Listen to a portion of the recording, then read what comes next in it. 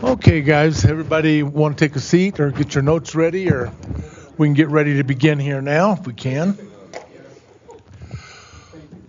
Okay, so I would like to call to get order the meeting here for the Water Commission for January 27th, 2025. Happy New Year. And here we go, on our way. How are you, sir? Good. So we do have enough members for a quorum, quote, and we have 3 members online, I think, that are joining us there today.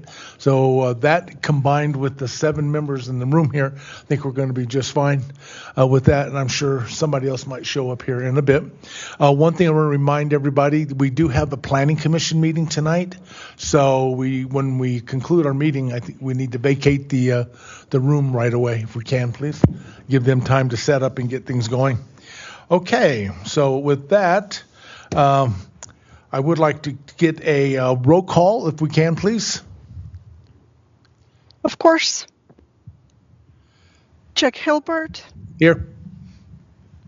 James Eklund. Online, but I'm on my way. Thank you. Don Langley. Yes, I'm here. Present. Mark Hammelman. Here. Jim Morris. Here, online. Roger Hudson.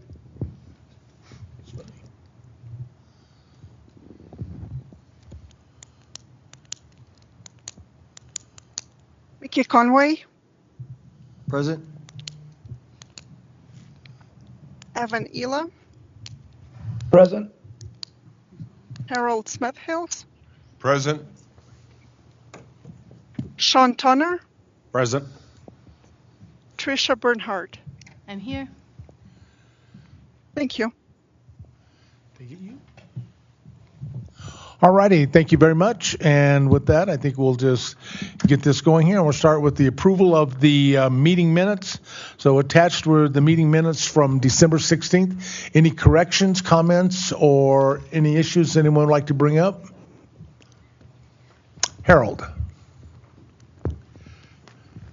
Mr. Chairman, I have one correction.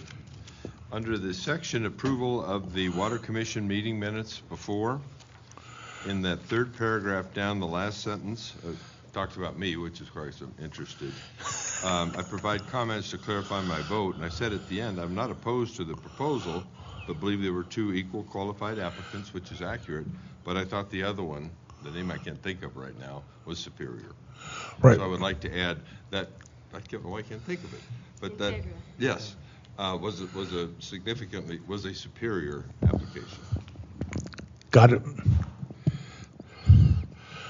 Okay, anybody else?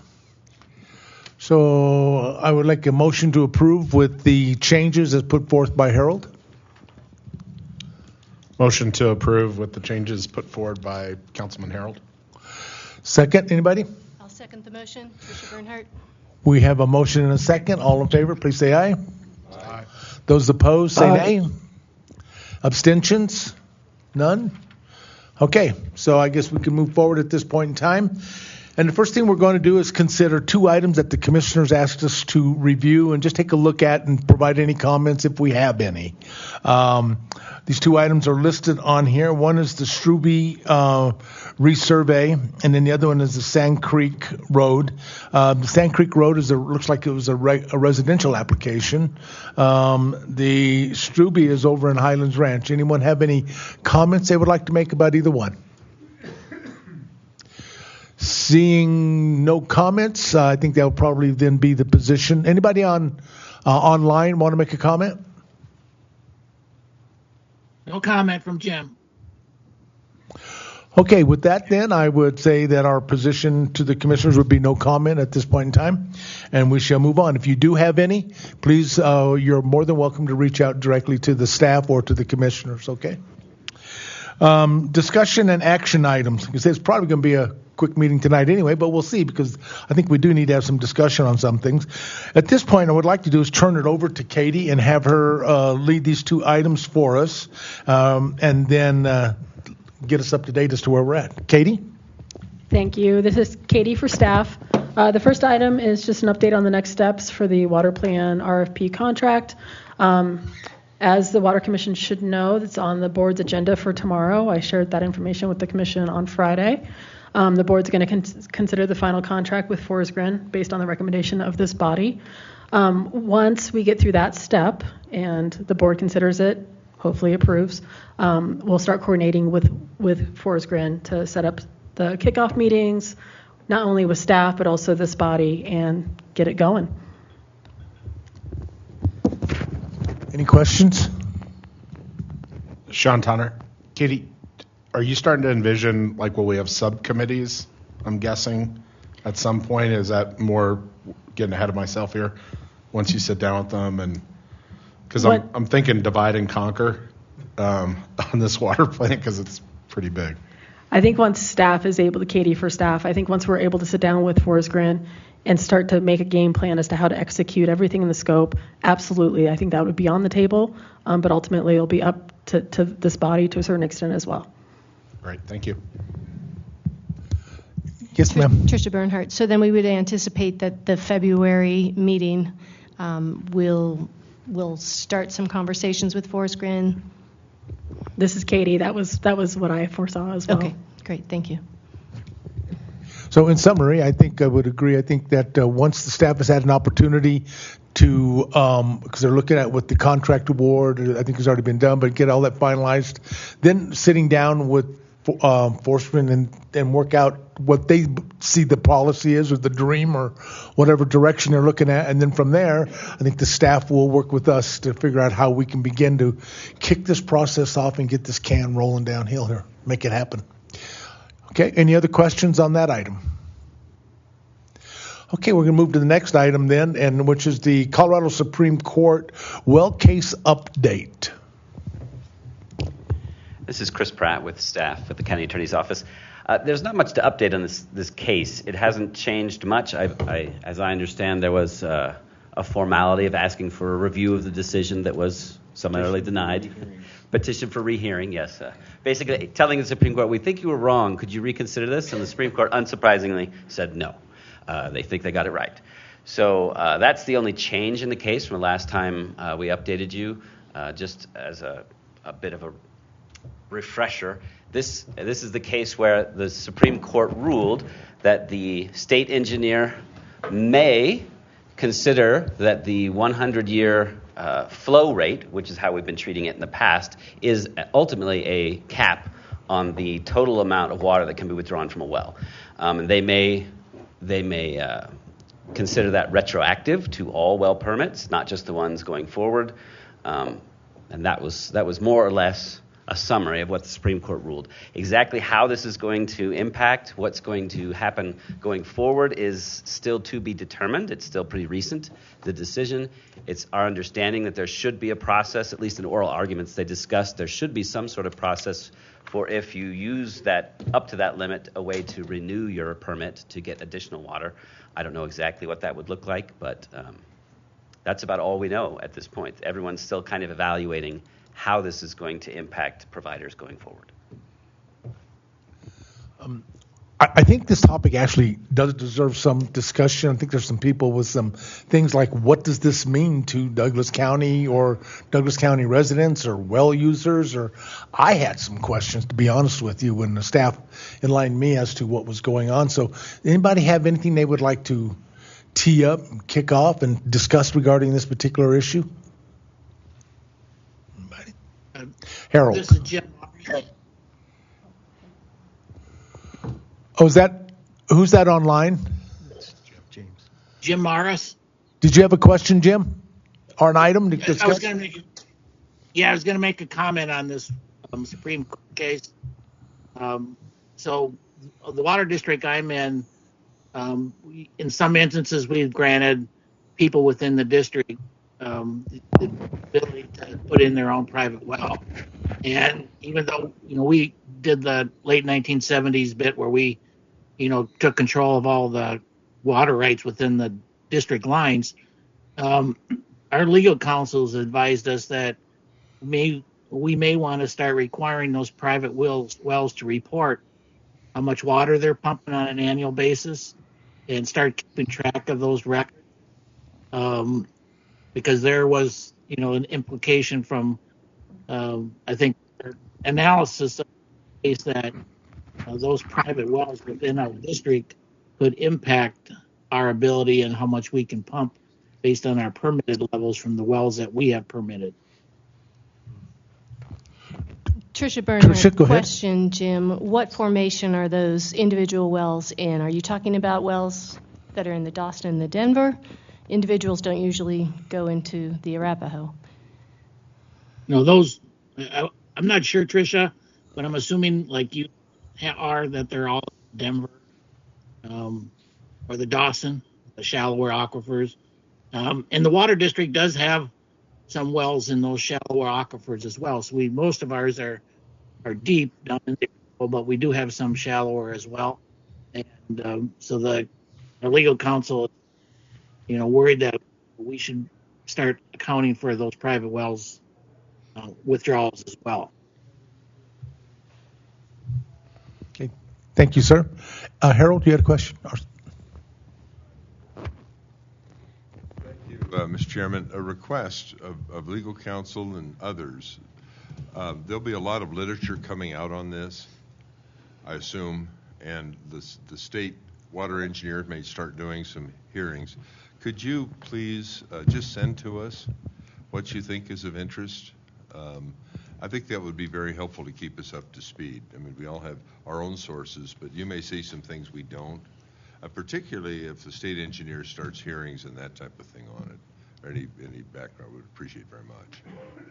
It's Chris Pratt with the County Attorney's Office. We certainly will inform you as we find out more. I have heard that the county was looking at getting outside water counsel, specifically for analyzing this and looking at that.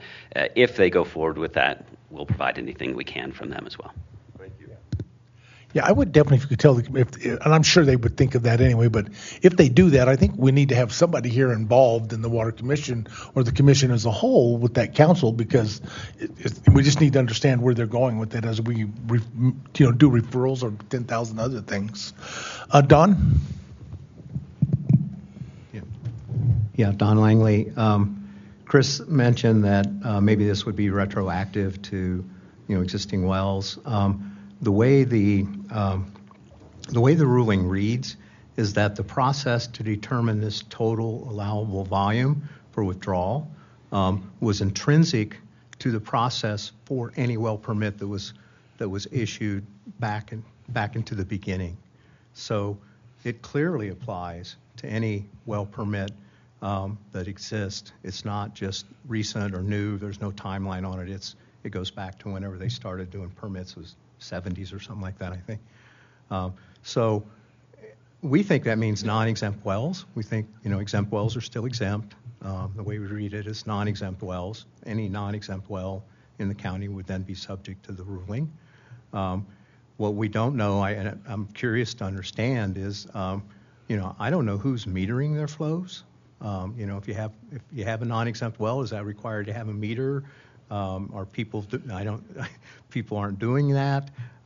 Maybe some people are. Is there going to be a requirement that they have to start metering? And if so, how are they going to decide? Well, what you used to date, now we'll meter you from here on.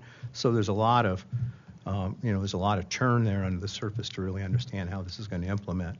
The state engineer, our understanding, is going to institute some sort of rulemaking process, and I don't know if that's hearings and how they're going to go through that.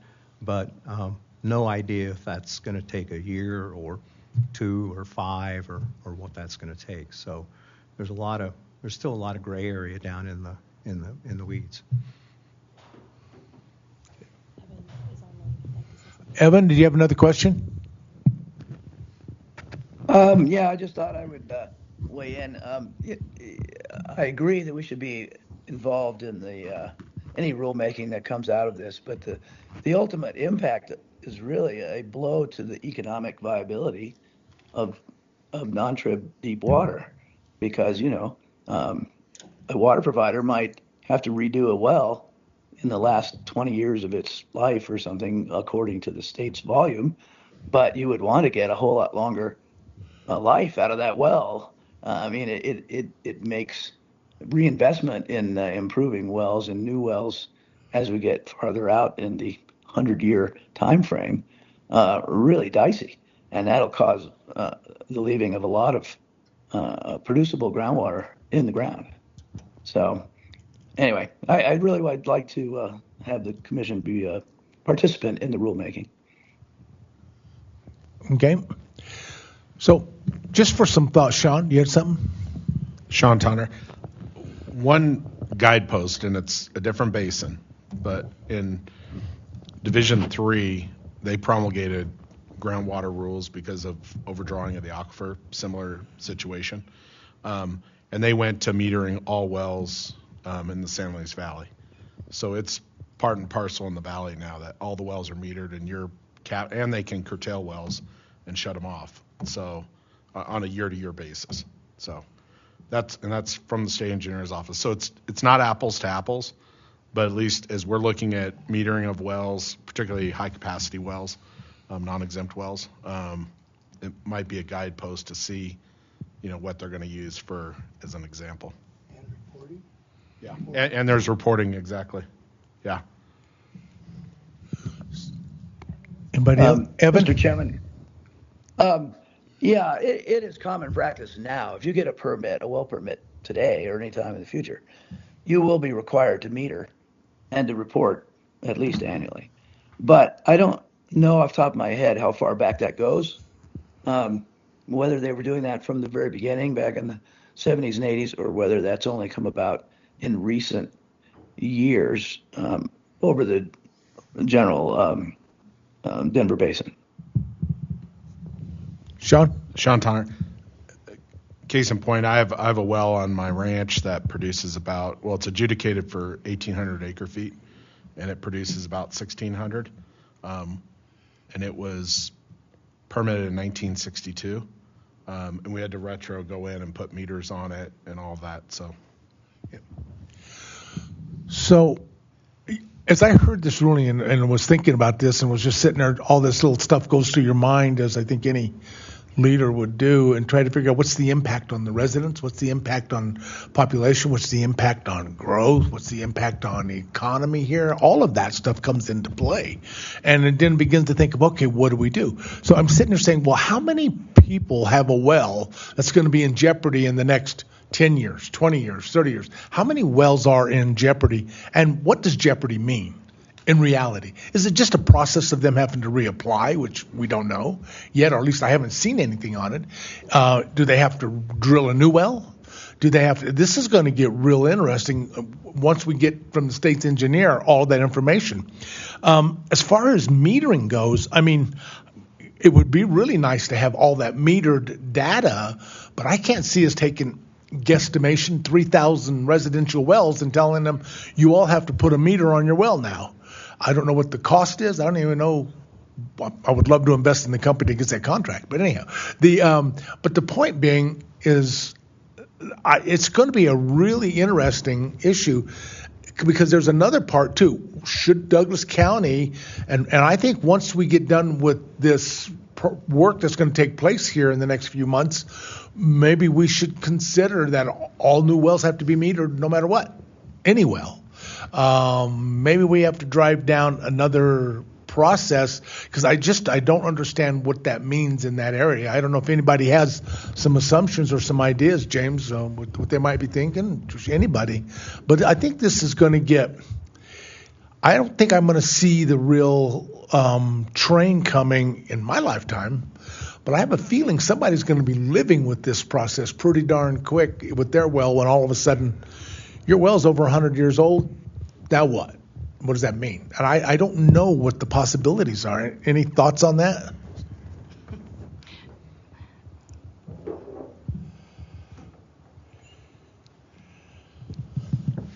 Yeah, so Evan's probably in the same position advising clients on well metering and monitoring and reporting. It's like between $400 to $1,000 for a residential well to be equipped with a meter. So how do you incentivize people to do that where they don't have a meter? Would you repeat that number? $400 to $1,000 well would be what it would take to equip it with a measurement device. So that's, that can be, and that's a basic setup. You can kind of have as much fun as you can afford. You can go up to like $3,000 for a smart meter, but I think as part of, I echo Evan's request and others' request to be involved in that rulemaking process that the state undertakes as a part of this decision, because setting up some sort of a rebate program or some way to help offset the cost of meters on wells is, not my old agency, the Water Conservation Board, that's exactly what we did, and we do. So it's, I think it's part of the public policy discussion how you don't just create this unfunded mandate that puts people in a really difficult position. Yeah. Well, one of the things I had thought about is I could see an option might be to I know we have A, B, and C zones, but to have subzones within those, and then to find certain wells just to meter those wells. And then that would give us an idea as to how well they're doing and their posturing. I think those subzones would allow us to catch a water or aquifer area where all communities of interest in that particular subzone might be affected by something. It's obviously you guys that are involved in water know all the rationale behind how it could or wouldn't, but it might be something that becomes recommended. To be honest with you, I don't see 3,000 people metering their wells. I just don't. We could see them going forward unless it's something much less expensive than that. And then the last thing I was thinking of was from a health and welfare standpoint. Do they literally just shut the well down or tell them you can't use it anymore? How do they do that? And then what does that person do? Is it like, are they into cisterns? What do you do? Any comment? So, Mr. Chairman, this is Evan Ela again. So a couple things. I think you're absolutely right about you don't have to meter every well as long as you're strategic about the ones you do meter so that you can get a nice sampling of what the aquifer top is doing in subzones or whatever zones and aquifers.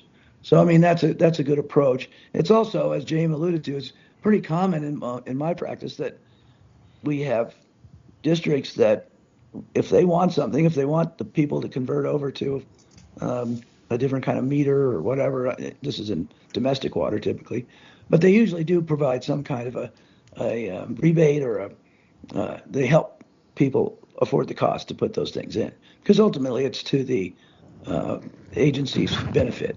And I would think in Douglas County, if we get down the end of this road and we're looking at policy ideas, that would definitely be something to consider. Any other comments? Yes. Jack, you're asking an awful lot of questions. They're good questions, but I think the one big thing we all need to remember is that groundwater in the Denver Basin is a finite resource, and my personal opinion is that the Supreme Court is doing the right thing. They're trying to slow down the amount of groundwater that's being withdrawn. Now, that's my personal opinion. Not everybody has the same opinion.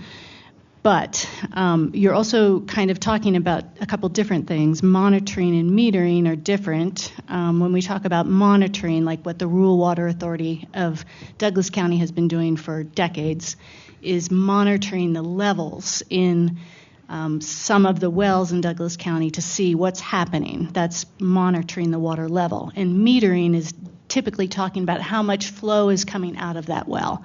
How much have you used? And most of the wells, probably 80% of the wells in Douglas County, are exempt wells. They're residential wells that are in the Dawson, the top formation. And those wells typically don't have any metering at all. They are restricted to 15 gallons per minute on most of the well permits. So they do that by restricting the pump size in these smaller wells. And so there's really not that much volume that is coming out of those domestic wells. So the wells that really are taking more of the groundwater are the municipal wells, the commercial wells that are in the deeper, the Denver/Arapahoe, maybe the Laramie Fox formations. So just to clarify a few issues there, but a lot of good questions, and there's no easy answers. And that's why we're trying to get to the bottom of what do we have left and what are we going to do when we run out. Well, I could just see residents getting the information. Guess what? You're now restricting this and that, and something changed. And when you talk about water, I mean, it's like, put the fear into them. And I could see them all scrambling and wondering what's going to happen. I could see staff's going to be busy trying to figure out how to answer some of those questions. Okay, great, thank you. Anybody else? Any thoughts on items of discussion on that? I don't have any more, other than it's going to be interesting. Sean? Yeah, Sean Tonner, the one comment, the timing could not be more perfect to develop a county water plan with rules like this coming down and everything we're talking here about whether we offer rebates or we have to have meters on wells. All of that obviously will be, the consultants will be throwing at us and we'll be able to make the decisions. But the timing could not be more perfect, I think, for our county to have a plan. Okay. Final comments on this item? Okay.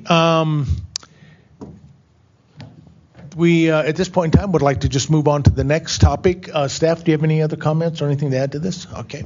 I think now we move to information items, and there's an attachment for additional request for information or response.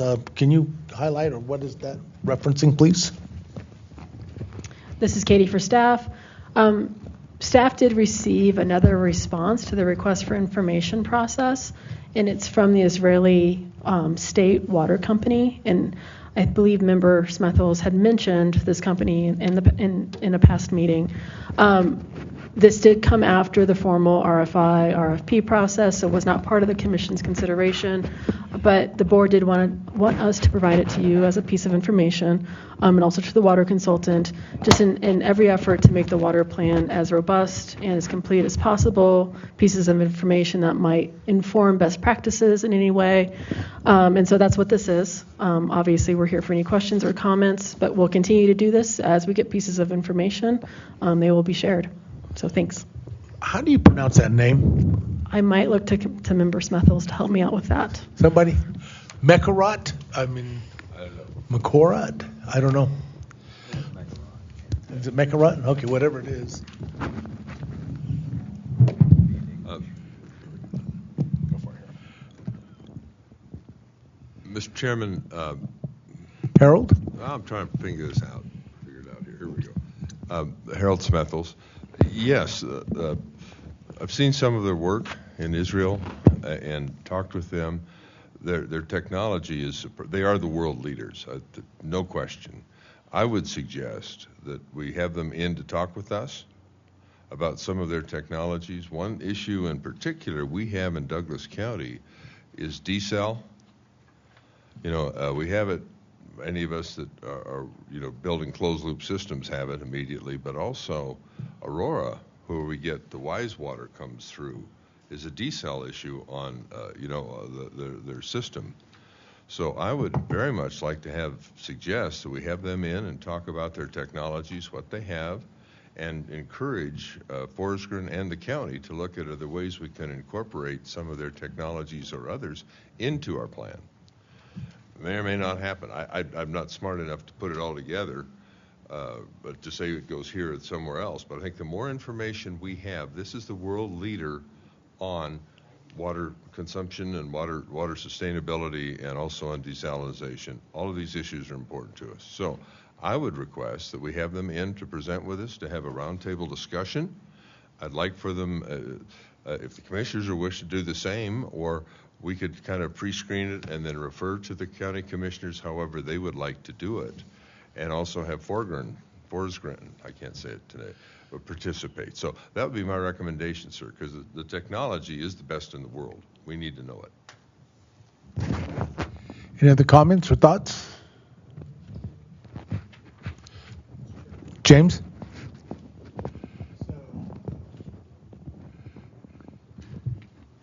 So I've heard of these guys, and IDE is also out of Israel. If you're going to have one, you probably better extend it to more than that. And maybe if we're going international, there might be,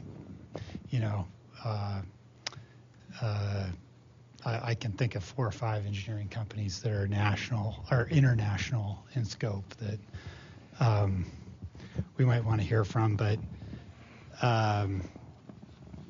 is this to be treated as a submission under the RFP, or did they not know about the RFP, or?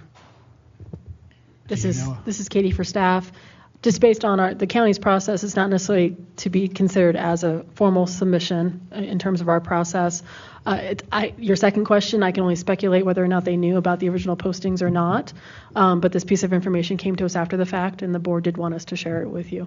All right. And Evan has. Harold? One thing might be of interest, Israel has opened a Chamber of Commerce here in Denver, seeking additional ties between Israel and the United States and different technologies.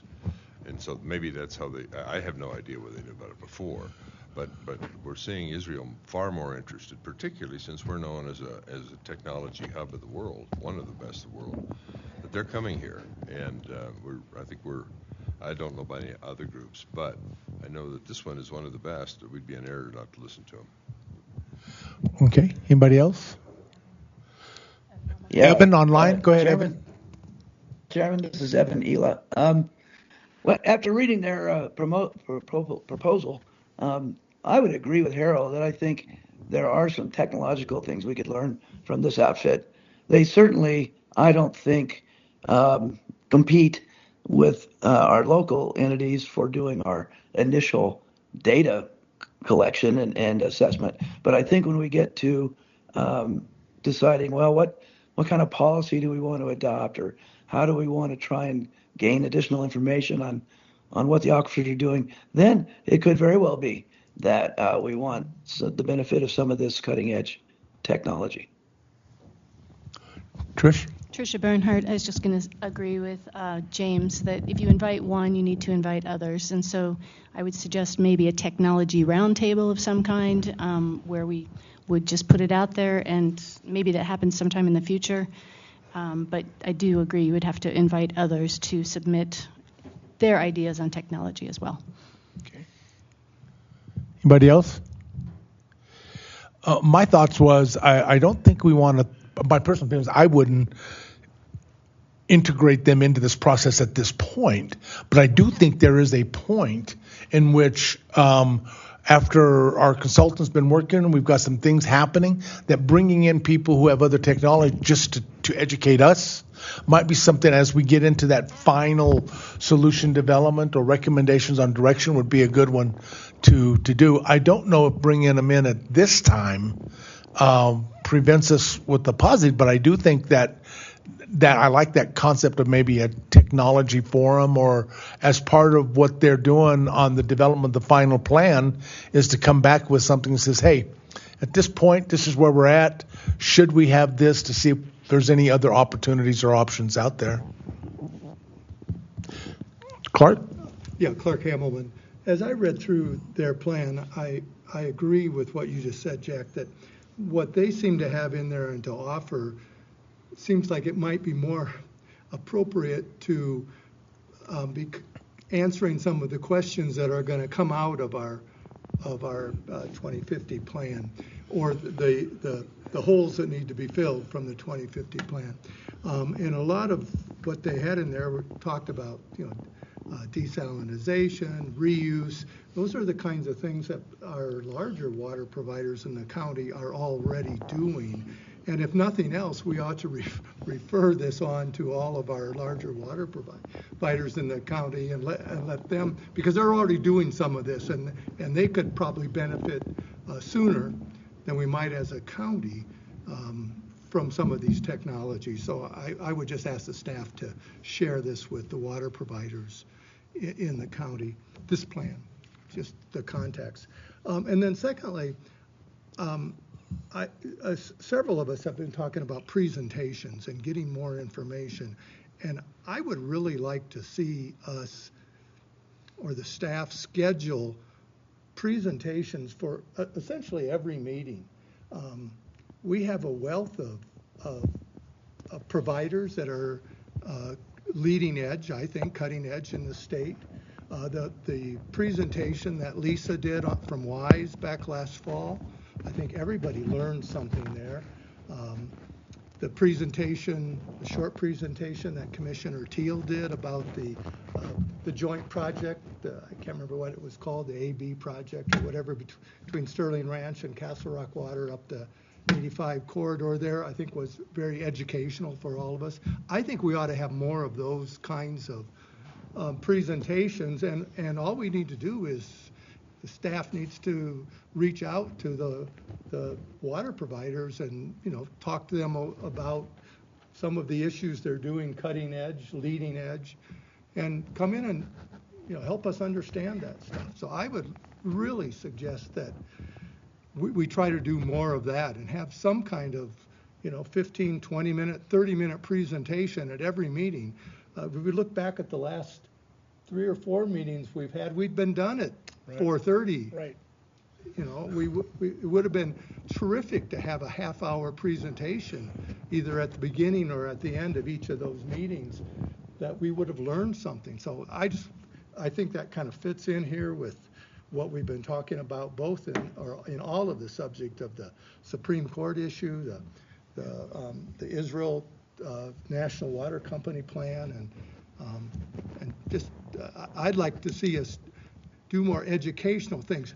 And people do watch this. They see it on cable TV, and so if those presentations were there, that's going to get out to a lot more people than just us. So that'd be my plea for this discussion. Sean Tonner, to piggyback on Clark, I'd be very interested from the big 3 providers, Denver, Colorado Springs, Aurora. What are their plans, over the next 50 years to meet their shortfalls? And then the Colorado River, which I know James could probably do the presentation on that one. He does a great one. But the Colorado River and, what's our plan B, plan C, plan D, as we look at challenges on the Colorado, and then what's the ripple effect to the Denver metro area, i.e. us on WISE and other things. So I'd be very interested on those. Yeah, Clark Hamelman again. Maybe what we do is just each one of us could submit to the staff, a couple items that we think would be of interest to the group, or at least of interest to ourselves. Or Tricia Bernhardt, do it right now. Or we can do it right I would now. love That's fine with to me. have someone from the Division of Water Resources do a presentation on the Denver Basin groundwater rules, because I think just some basic understanding and education for everybody on this committee would be really valuable. So Denver Basin groundwater rules, someone from Division of Water Resources, maybe it's the director, maybe it's the deputy director, but invite someone and do a 15-minute, 20-minute presentation. Keep it basic, but it would be good. Anybody else, Harold? All due respect, I think a couple of really good ideas. I want to come back to the Israeli presentation. I wouldn't wait too long on that. I wouldn't wait till, because there may be some things we can incorporate our thinking as we go. And the idea of maybe a technology conference, have them come in and invite the large water providers. They may have some things that, we like to think we know everything, but they may have some things that might be of benefit to us, or the pollination of discussion among a group. So I would suggest we consider a technology session, have the Israelis come in, invite the large water providers who are doing some of these things, and have a discussion on it. See what they've got. Maybe there's some things we could do. But I would do that. I'd look at that sometime, maybe second quarter, to put that together, maybe a bit sooner. And I really agree with what Clark is saying, getting more data out, because there's a lot going on, and none of us want to duplicate what Water Congress does, but we sure want to focus on those things that affect Douglas County. Anybody else? Don? Don Langley. You were mentioning desalination, so we're really talking about RO, reverse osmosis. And yeah, it's a technology that we're all staring at, particularly if you're going to use South Platte River water or things like that. I did see a presentation. It was for the South Metro Water Supply Authority on 4 different RO processes that they were looking at. So, I mean, it was lining up the different technologies, and some of them, at least one of them was kind of a new gee whiz technology, something that if it could be made to work would really be a breakthrough. So technology-wise, I think there's a lot of resources we can go to, and I think there's a lot of knowledge out there already that we don't have to really reinvent the wheel or become recommenders, I'll say, of technology to the water providers. There's a lot going on out there already. But South Metro, Lisa could probably summarize that RO discussion, and she's got all the data. I mean, they're looking at buying a plant for WISE.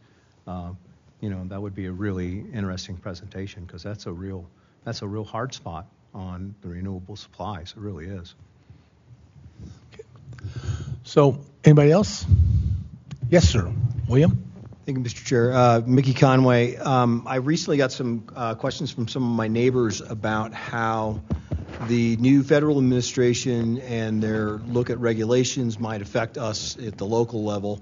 And I realize they're just kind of getting into it now, but it might be something we could do either periodically or when federal regulations are promulgated or changed, talk about if there's any effect on the local level and the water side. So I know there's some emerging contaminant regulations that are being, there's a draft that was recently withdrawn on PFAS, and there may be some on the stormwater, drinking water, and wastewater side that things we could discuss. So just something to consider. I don't want to, heap work on staff as far as the analysis, but that'd be another item of interest we might want to tackle for our constituents.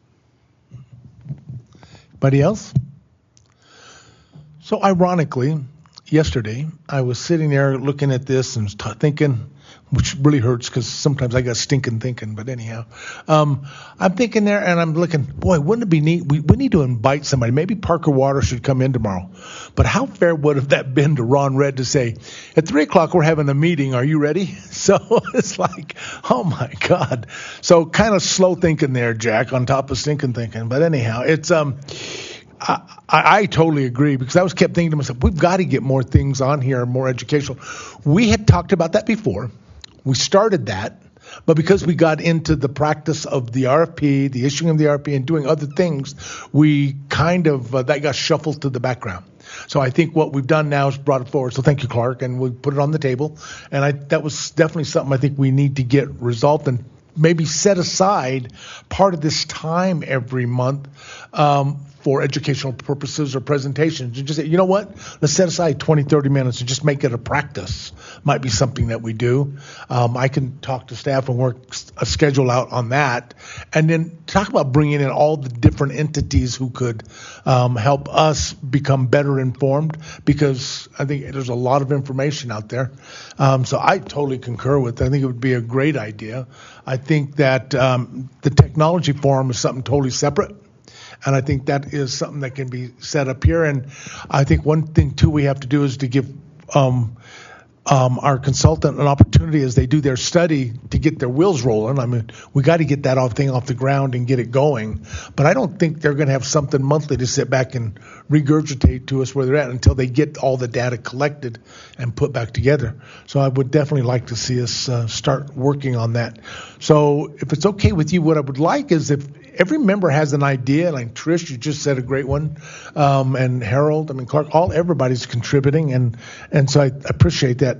Maybe we can capture those and we can create a schedule, Katie, and then we can get that posted and then figure out if that's the right schedule of timing and stuff and get these things coming in and maybe have people come in and continue that educational portion because we did discontinue that. So, yes, Katie? This is Katie for staff. What we could do at the next meeting is obviously have time for the water plan kickoff to happen. That will probably take a good part of this meeting, but I think we can also talk about this idea of scheduling out educational meetings throughout the year. What would be great, though, is if members could send in their ideas. I know we've talked about a few tonight, and I know staff has captured those. But what we can do is come back and say, this is what we've heard. in terms of items of interest, and then we can start to scope out who can we get in, who, so we're not doing last minute requests of our providers, et cetera. Don?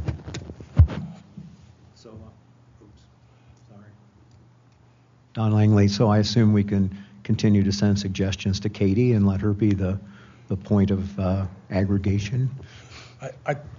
Yeah, I think that would be good. Send it to staff, to Katie, or whoever Katie directs them to be sent to. At least it's the ideas, but then we'll work on putting together a straw man plan or a draft, and then I think at the next meeting we're going to get that finalized, and we'll take a good look at it. I think the next meeting we're going to be I would assume we're going to be a little bit busy because it'll be our first meeting with the consultants, so we'll take it from there and then just figure out what we're doing, okay?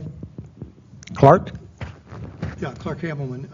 And actually, I think as we develop that, need to work with Forsgren as well, because part of the objective of our plan is public interface. Right. And to the extent that we have presentations at this meeting, and I assume they get recorded. These are being recorded and then shown over and periodically on the cable TV channel, right? Internet. On the internet? This is Katie. This is Katie for staff. They're on YouTube. Anytime you want to go watch, they're on YouTube. I see it every once in a while when I'm on my treadmill. But keep in mind that the public is watching that, and a good share of the audience is not just us, but it's the public. So it's part of that public interface that we're looking for to increase the knowledge of the residents and the citizens of Douglas County as to what's going on with water in Douglas County. That's my 2 cents worth there. Great. Buddy, have anything else they would like to talk about? Harold. Chairman, I have something of some urgency I'd like for staff to consider with the commissioners, and that is the budget process that's going on in the state at this time. It looks like they're, I think James can talk about it. Trump has just cut, was it $380 million out of the Colorado River that was coming out of ARPA. What I'm worried about the state is the state has a budget problem. And they're looking, I believe, at rating some of the money that's been set aside for water projects in the various DNR budgets. Others are more familiar with it than I am. I'd like for our commissioners to look at that and encourage our lobbyists and those at the state capitol. That I know that the legislators are dealing with critical issues of, do we fund water projects? Do we fund wolf projects? What do we fund? And balancing those two. That we certainly encourage them to not take money out of some of these projects this is your old stomping grounds over at the Water Conservation Board and elsewhere. We need those projects as a state, particularly as the feds are cutting back ARPA for others. So I would just ask, I don't know if it's a Water Commission thing, but I would certainly ask staff to go back to the commissioners and take a look at those and encourage our lobbyists to work to preserve the money that's in those Water Conservation Board and other funds. That'll be critical to us. Okay. Anybody else? James.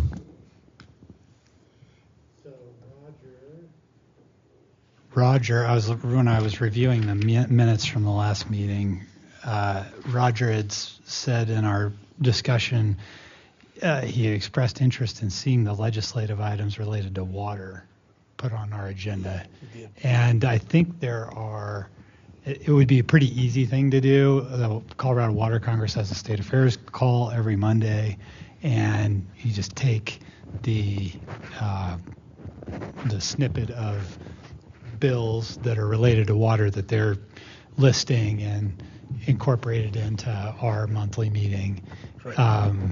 It's only for a little while the session's going on, but they're just getting started. I don't think we've missed anything yet, but that would be a place for us to, spot anything before it gets so far down the road that we start getting asked questions about it or wanting to engage on it.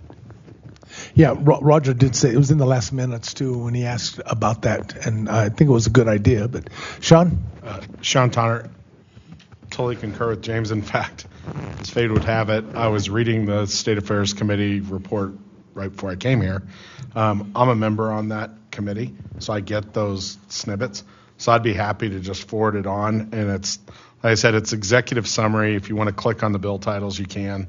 But they give you an executive summary of what the bills are doing, whether it's, no backyard plastic pools or whatever it is.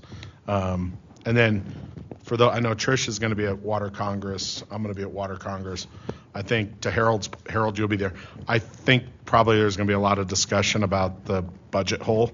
And what does everyone do? So we may have a lot of good information this week out of there, or we may not have anything. So real quick, what brings up a point. Who's planning on going to the Water Congress meeting? Okay. Who online is going to the Water Congress? Okay. This is Jim Morris. I'm not planning on going. Okay, thanks, Jim. This is I will be there, Chairman Evan Ela. This is Katie for staff to circle back on the state legislation and adding it to the agenda. We can have that be a standing agenda item. We also have access to the Water Congress State Affairs Committee notes and can probably compile those throughout the few weeks before the meeting, maybe attach that as the item. So, Katie, is there a way maybe on our website, on the server, where we have everything put, that we just create a file folder that would say legislative items, then we can just make sure it's easy enough for the members to just get in there and pull up just those items? Yes, and we can have a folder created on the SharePoint site, and every week when those notes come out, we'll add them, but we'll also attach them to the agenda so they're all compiled together as well. Perfect. Thank you very much. Okay. Anybody else? Okay, so we just had actually our member discussion, but if there's any other member discussion items anybody wants to bring up? So we have managed to try to squeeze every minute out of this hour and a half we could. But at this point in time, I don't think I have anything else. So it would have been nice to have that 30-minute presentation, Clark. That would have been great. I apologize. I thought of it, but it was like almost too late to think about it. So it was like crud. Anyway, with that, I have nothing else to add. And so I think our meeting is adjourned at 4:25. Thank you.